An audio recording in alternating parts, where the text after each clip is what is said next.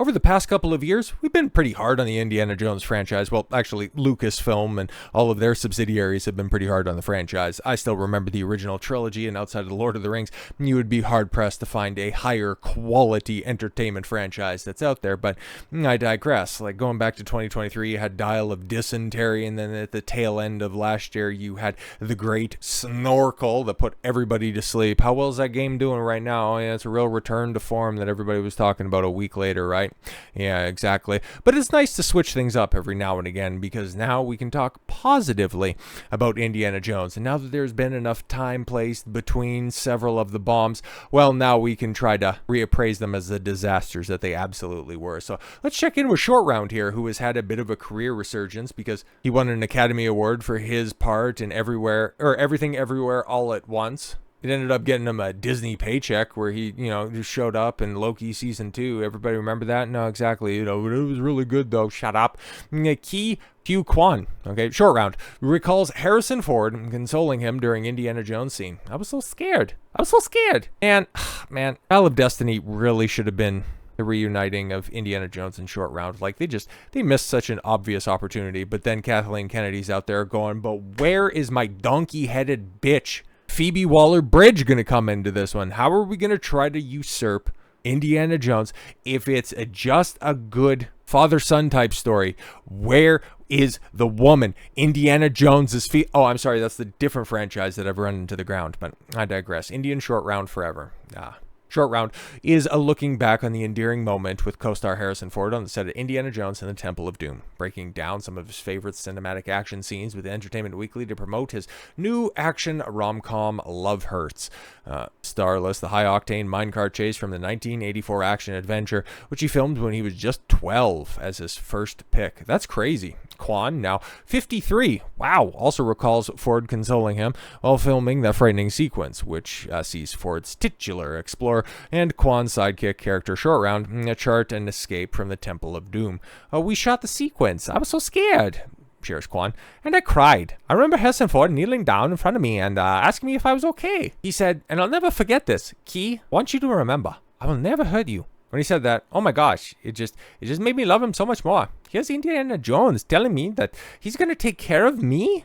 The actor credits the film, which marked his first Hollywood role. Wow, that's kind of an amazing debut. Like, people think that Temple of Doom sucks, but it's actually, like, pretty good. I know that that's kind of a popular opinion now that everybody takes a look back at it and goes, well, I don't know, in the context of things, it's like, no, Temple of Doom was always pretty good. Like, it's definitely the lesser of the 3 Indiana Jones films. It's like, you take your pick between Raiders and Crusade. I like Crusade the best, but Raiders is, like, right there. And that's not to disparage Temple, but, it's every trilogy needs to have a third place film, and this one just gets the bronze. And oh well. But yes, going back to Kwan here real quick, I remember watching it for the first time at our premiere, seeing it put together with sound effects for the music for the first time. I was blown away by all of it. I was only 13 then. It made me fall in love with action. Oh man, that's so nice that you can go ahead and reminisce about a movie that came out, 41 years ago? Jesus Christ, that's wild to think about. But yeah, it's really been that long. And those types of movies, man, those legendary movies can still evoke that type of emotion. Meanwhile, Indiana Jones since then had 3 subsequent outings, which, hey,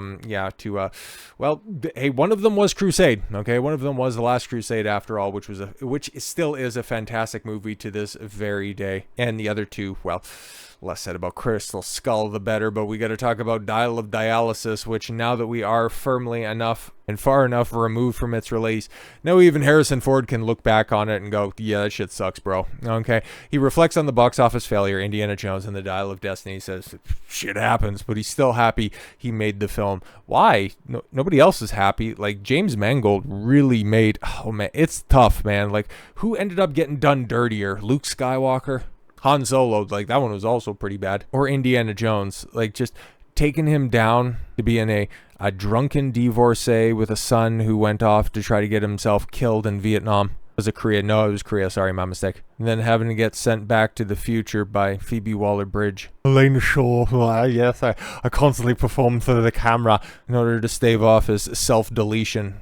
Like, it's just, like, it's wild. Like, that film was really bad, guys. It was really, really, really bad. But Harrison Ford really loves the character of Indiana Jones. So, yeah, I bet you it was probably a blast for him to come back to the role. But, god damn it, man. Literally, if you were given an opportunity to re-roll that like 100 different times, I would be certain if you threw in the script for Dial of Destiny, you would have 99 better options than what you ended up getting. It was bad. It was really bad. I cannot underscore that more.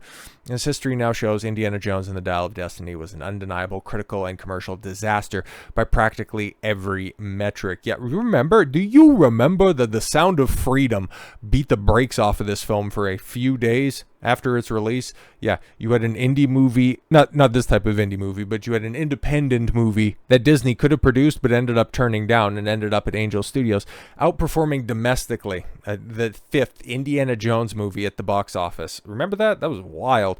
But while star Harrison Ford is aware that the film was less than successful, he says he's still happy that he got one last chance to go on an archaeological dig. He had to go back in time and try to save Hitler from the Nazis. The silver screen veteran cop to the failure.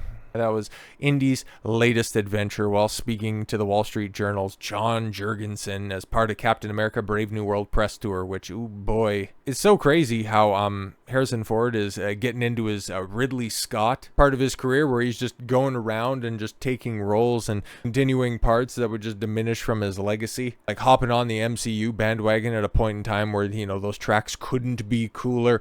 Indy, of course, but yeah, do you think he's going to be coming back to Star Wars anytime soon? Yeah, I don't think so, man. Because if he said, yeah, I'm in, they would find a way to contrive a Han Solo cameo into, I don't know, man. Did he ever run into Ahsoka during the Clone Wars or some shit like that? Okay, was there a point in time in the Rebels Dave Filoni fanfic show where they just looked out starboard side of their stupid starship and they just seen the Millennium Falcon zoom by? Is there any way that they could weasel that in? Because they would.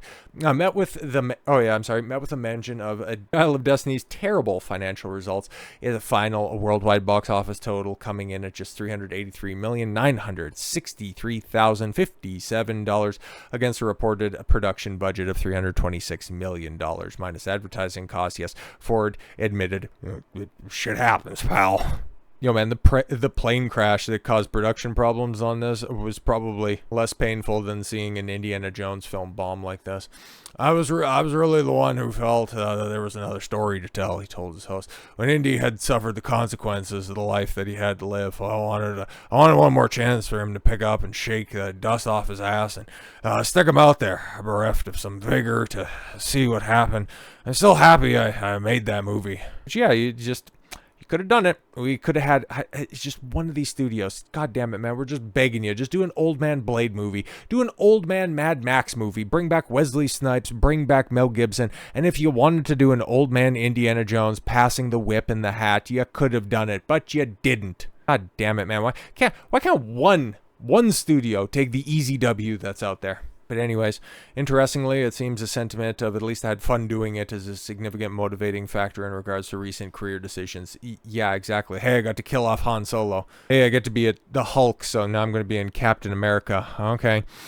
Asked earlier in the interview as to why he chose to snag a third Disney franchise under his belt and accept the role as President Thaddeus Thunderbolt Ross in the aforementioned Captain America sequel, he said, "Do you see how many zeros are on this paycheck, pal?"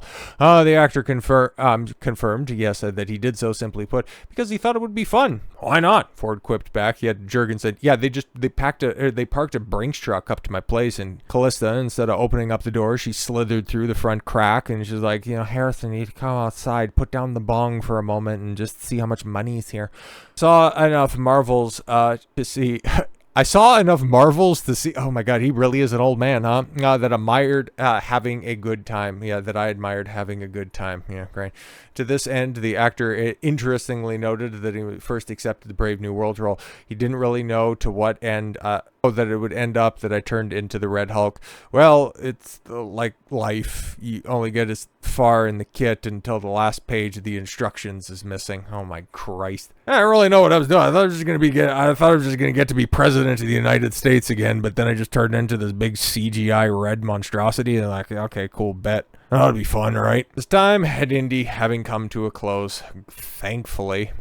Ford says he's turning his attention towards his future work, beginning with his upcoming debut in the aforementioned Crimson Colossus in Sam Wilson's next outing, which, yeah, we'll be seeing. Oh boy, we'll be seeing the results of that, seeing if Harrison Ford can still put asses in seats. Spoilers, yeah, I don't fucking think so. probably about as well as Indiana Jones can resonate for a modern audience. That's exactly what we're going to be getting out of Red Hulk Brave New World, because have you seen the promotion out of China? Have you seen the promotion on Marvel's own social media pages? A lot about the Red Hulk, not a lot about Captain Falcon. Very interesting stuff. So I think what's going to be very interesting before we peace out. Okay, what's going to have a higher box office total? Okay, is the $384 million of Dial of Destiny going to end up eclipsing the final run of Cap 4?